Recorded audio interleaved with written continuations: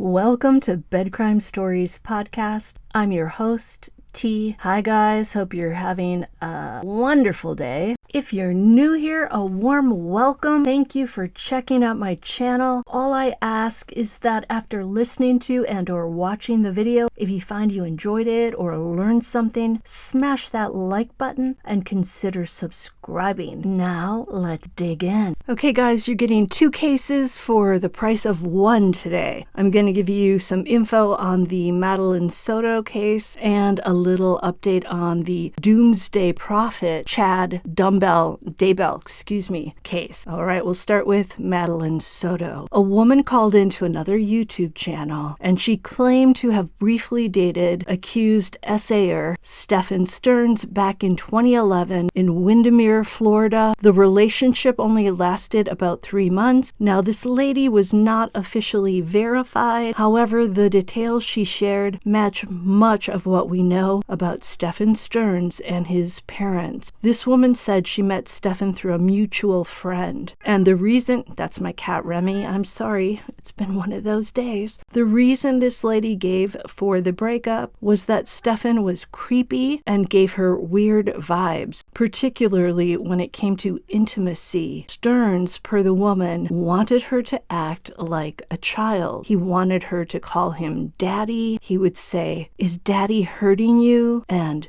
"Be quiet so you don't wake your mother," and "Be daddy's good girl. Are you vomiting yet?" At the time, this lady had 3 young kids, and because of all of that, this stuff really turned her off. The lady said that Sterns was very rough with her when it came to intimacy. She was 26 at the time, and she said whatever went down with Sterns was very painful, if you know what I mean. This is why the lady called the relationship off. She also described Stephan's family as being sketchy people. Stephan's mother, Debbie, came across as particularly weird. The woman had dinner one time with Stephan, Debbie, and another friend named Kevin at a restaurant. Debbie allegedly handed Kevin an envelope and said, "Now keep your mouth shut." Kevin was Stephan's roommate at the time, and Stephan was apparently dating an underage girl at the time, allegedly. Then 2 days after the dinner out, Kevin moved out of the apartment he shared with Stephan, and Stephan only spent 1 more week there. He asked the woman if he could move in with her, and she was like,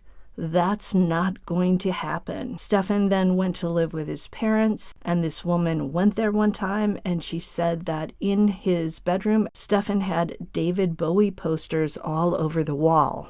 I love me some David Bowie, so I'm not going to judge anything based on that. The lady continued seeing Stephan, and once again, when they became intimate, he went right back into that whole weird call me daddy mode. She said that Stephan was working as a delivery person at the time. As for his personality, she said he was a good guy, was respectful, kind, and sweet, and would open the door for her. He dressed well. It was just his thing for little kids and his roughness that made her end the relationship. The woman said she moved to Texas, and it was because of Stephan's mother, Debbie, whom she found terrifying. A month after the breakup, one of the lady's co-workers started dating Stephan. And one day, the co-worker asked the lady if she dated Stephan, and did he ask her to act like a little girl. It turned out Stephan did the same thing to the co-worker. But what was perhaps even worse, Stephan allegedly gave this other lady an STD. If this story is true, it's frightening to think of Stephan Sterns being rough with Madeline and also potentially giving her an STD.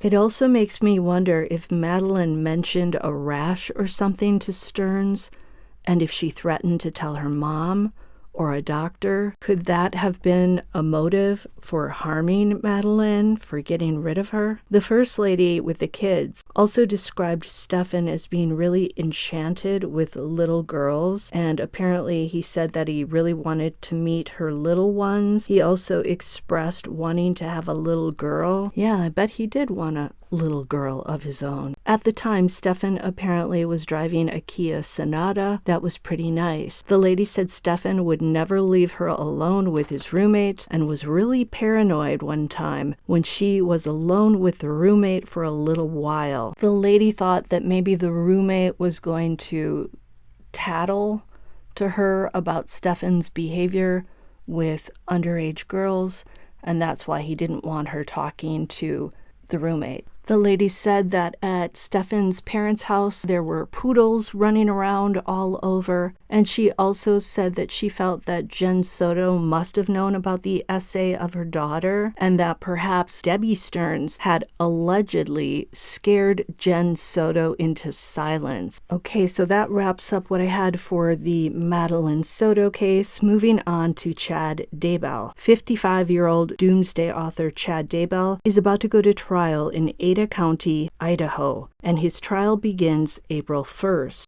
The trial will be televised on YouTube, and court officials are saying it will be a longer trial than the one that Lori Vallow Daybell had. So this time we get to watch the trial. Because Chad would receive the death penalty, jury selection is expected to take much longer than it did with Lori Vallow Daybell's trial. And if Chad is found guilty, the jury will have to be sequestered as they decide Chad's fate. Chad is facing first-degree murder charges for the deaths of his wife, Tammy Daybell, and for the deaths of Lori's 2 children, Tylee Ryan and JJ Vallow. He's also facing 2 counts of insurance fraud for cashing in on his murdered wife's life insurance, and 1 count of grand theft.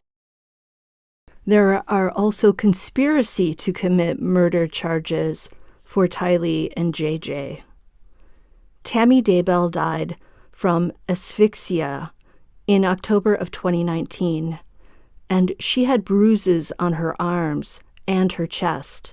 Utah's chief medical examiner, Dr. Eric Christensen, said that the bruises likely occurred around the time Tammy died and were consistent with someone being restrained.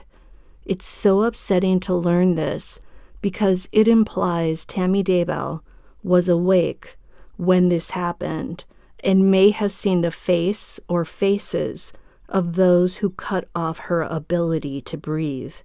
I think having someone attack you in your bed as you're sleeping, especially when it's your spouse and possibly a stranger, that's the ultimate in betrayal. It reminds me so much of the Shanann Watts case. Her husband also took her life. Many believe that Chad Daybell had help with the crime in the form of Lori's brother, Alex Cox. Alex is believed to have tried to do Tammy Daybell in 10 days before her actual death. That's when Tammy was getting out of her car in her driveway, and she found herself shot at by a man wearing a ski mask. Tammy mistakenly thought the man was holding a paintball gun. In reality, it was the real deal, and Alex had shopped for ammunition in Idaho Falls and had even practiced firing with a weapon at a shooting range in Fremont County, Idaho. Practice for Alex Cox did not make perfect. Alex's cell phone data showed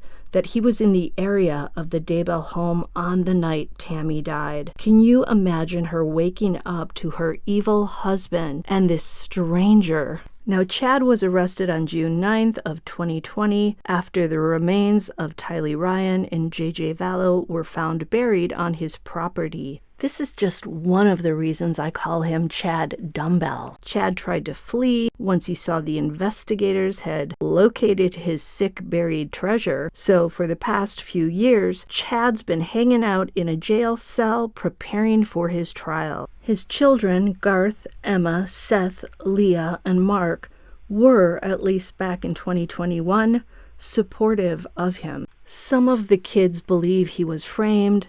They don't think he'd be dumb Daybell enough to put the bodies in their backyard, but the kids haven't been vocal since 2021. It will be interesting to see if any of them show up for his trial. They are definitely in a painful position. Their mother is dead. Their father is charged with her death and behind bars, and of course they're going to want to cling to the one remaining parent. It is believed that Chad's trial will last 8 to 10 weeks. Everyone's wondering if Chad will point the finger at his wife, Lori Vallow, and at her deceased brother, Alex Cox. They call this the empty chair defense, apparently, where someone who's deceased, like Alex, is accused of doing the victim in. Blame it on the dead guy. And Lori Vallow has already been found guilty for her role in her 2 children's deaths. That's all for today. I'll see you next time on Bed Crime Stories. Hey, let me know in the comments what cases you are most interested in right now.